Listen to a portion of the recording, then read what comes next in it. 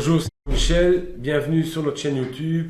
Aujourd'hui, on va aborder un petit sujet qui est pas toujours très amusant, c'est où est mon argent? Alors, ce qu'il faut savoir, c'est que quand vous payez un entrepreneur, on parle ici de petites entreprises, bon maintenant ça peut être parfois des grosses, mais en règle générale de petits entrepreneurs, etc.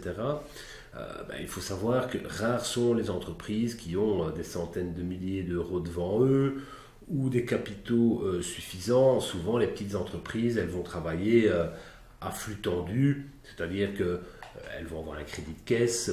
Parfois, il y en a qui sont avec leur crédit de caisse à fond de caisse, c'est le cas de le dire.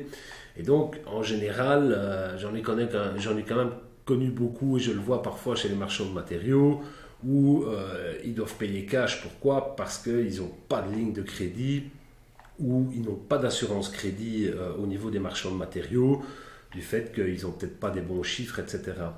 Et donc, je remarque que de plus en plus, ils sont tous en train de payer en cash parce qu'on ne les laisse plus sortir avec des matériaux. Donc, ça veut dire quoi?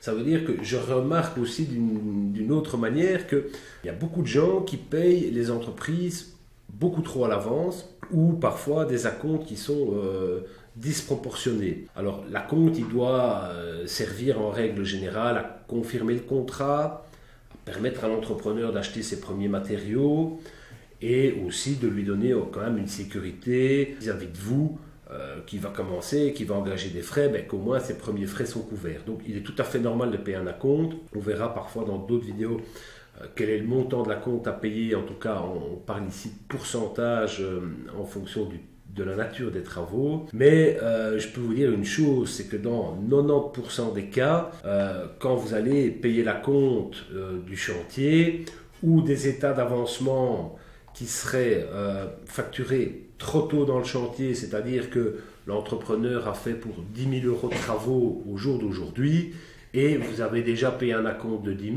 et il vous en demande encore 15, vous avez payé plus du double de ce qui a été fait. Si les choses tournent mal, l'argent que vous avez payé, il y a très peu de chances que vous envoyez de nouveau la couleur. Et la raison en est simple, c'est que la plupart du temps, l'entrepreneur, quand il reçoit cet argent-là, dans la seconde où ça arrive sur son compte, il est reparti. Il est reparti où? À payer les factures du chantier précédent qu'il n'avait pas su payer, ou à payer son ONSS parce que sinon il va vraiment avoir des emmerdes, ou à payer l'huissier qui est devant sa porte. Et donc, n'ayant pas de réserve, si maintenant vous vous retournez, je vois souvent dans des émissions où les gens essaient de récupérer, on a versé 80 000 euros, on va essayer de les récupérer. Je me dis déjà, mais c'est déjà peine perdue avant de commencer. Donc, quelles sont les solutions pour éviter ce genre de problème?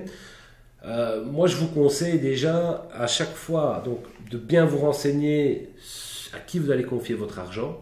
Ça me paraît quand même la chose essentielle. Ne jamais payer de trop gros acomptes. Donc ça, on verra dans une autre vidéo les pourcentages à ne pas dépasser. Donc si vous avez un chantier, notamment en construction, si on vous demande 60% d'acompte, il faut quand même se poser la question de se dire, ouais, il y a quand même un petit souci.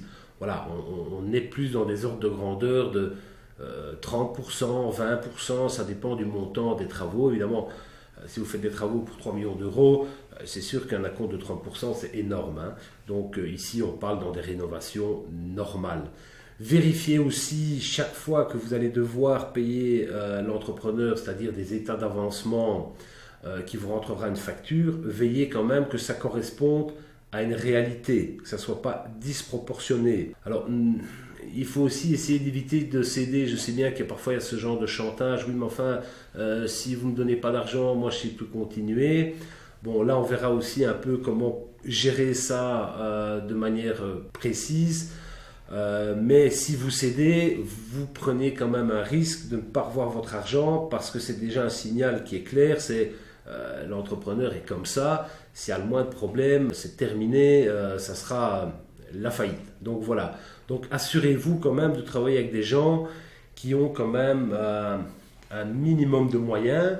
S'ils ne l'ont pas, en tout cas de ne payer qu'en fonction du travail qui a été fait, en sachant aussi que si par exemple l'entrepreneur vous envoie un état d'avancement et que vous estimez vous recevez une facture de 15 000 euros et quand vous regardez un petit peu, donc d'où l'importance aussi d'avoir un devis avec des postes détaillés pour que vous puissiez savoir où il en est. Si maintenant il vous demande 15 000 et qu'il a déjà fait pour 12 000 euros, c'est normal que sur cette tranche-là, il reprenne éventuellement un acompte de nouveau de 30% pour refinancer la suite du chantier. Mais donc voilà, ça c'était des éléments qu'il faut quand même vérifier et donc gardez toujours à l'esprit que l'argent que vous avez donné, il est déjà dépensé et donc quand vous voulez récupérer, on ne sait pas récupérer ce qui n'existe plus. Voilà, c'était Jean-Mi. Si vous avez aimé cette vidéo, n'hésitez pas à la liker, de vous inscrire à la chaîne YouTube et surtout, prenons soin de nous.